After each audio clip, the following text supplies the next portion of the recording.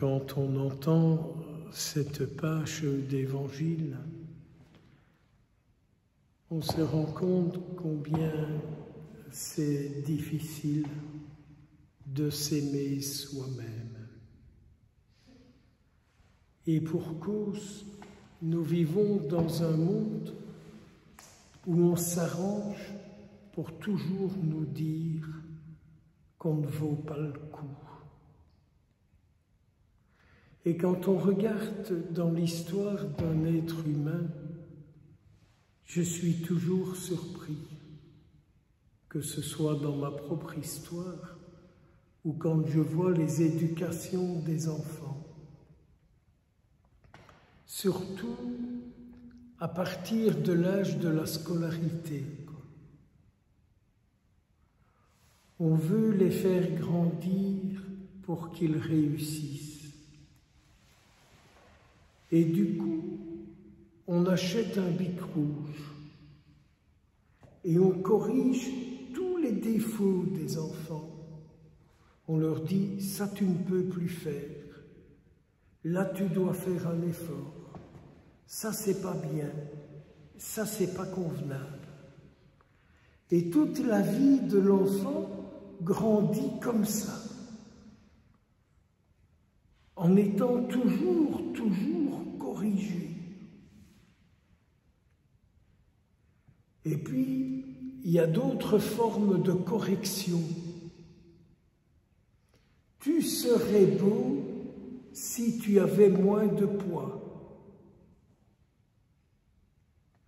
Tu serais quand même beaucoup plus beau si tu prenais un peu de poids.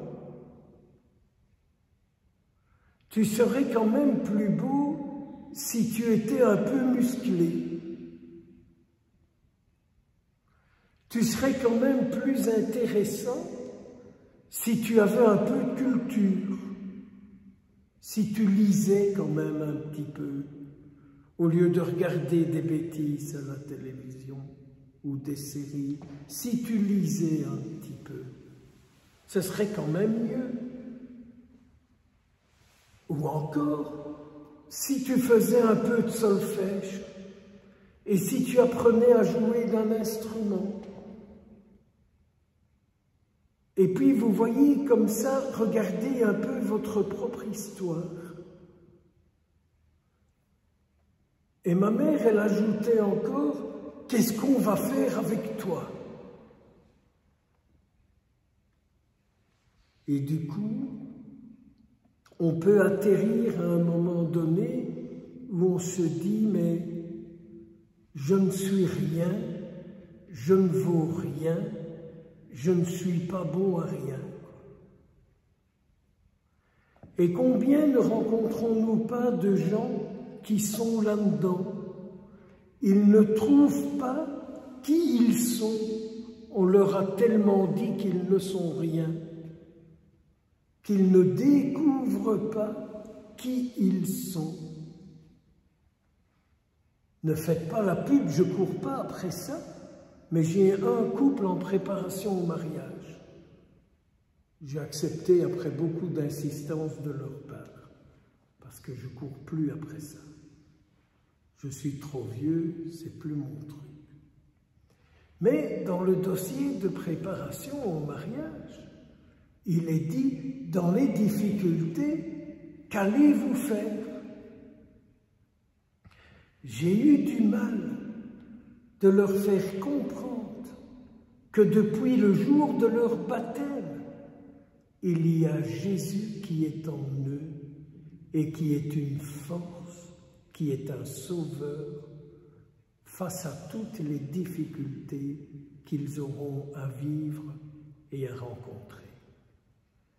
Et je leur disais, si je ne fais pas appel à Jésus, présent en moi, plus intime à moi-même que moi-même, disait saint Augustin, je ne pourrais pas faire face aux soucis, aux difficultés, aux contrariétés, aux coups que la vie nous amène à devoir vivre.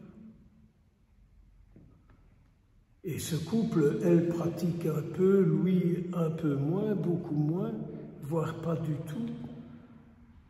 Ils ont compris qu'à un moment donné, on ne peut plus s'appuyer sur ce qu'on a appris, sur ce qu'on sait, sur la culture qu'on a, sur ses origines sociales, sur sa situation bancaire. Pour s'en sortir, on ne peut plus s'appuyer sur tout ça, mais il faut s'appuyer sur celui qui est en nous. J'écoutais une conférence il n'y a pas tellement longtemps, et le conférencier disait par rapport à une personne vénérable, il ne suffit pas de communier, il faut encore, quand on communie, que le Christ unisse toute sa vie à la vôtre et vous toute la vôtre à la sienne. Il ne s'agit pas qu'on vous dise le corps du Christ, il ne s'agit pas qu'on dise Corpus Christi, il faut que toute votre vie s'unisse à la sienne et la sienne à la vôtre. C'est-à-dire, tout ce que vous vivez, que vous le viviez par lui, avec lui et en lui. Et alors, ce ne sera plus lui, vous qui vivrez, mais c'est lui qui vivra en vous. Méditez, réfléchissez. Aimez son prochain comme soi-même. Je vous aime à la mesure que je m'aime moi. Et c'est bien pour ça qu'il y a des moments dans la vie où c'est difficile d'aimer quelqu'un, parce que j'oublie que Jésus est là. Alors, je rencontre l'autre à travers tous les sales coups qu'on m'a fait.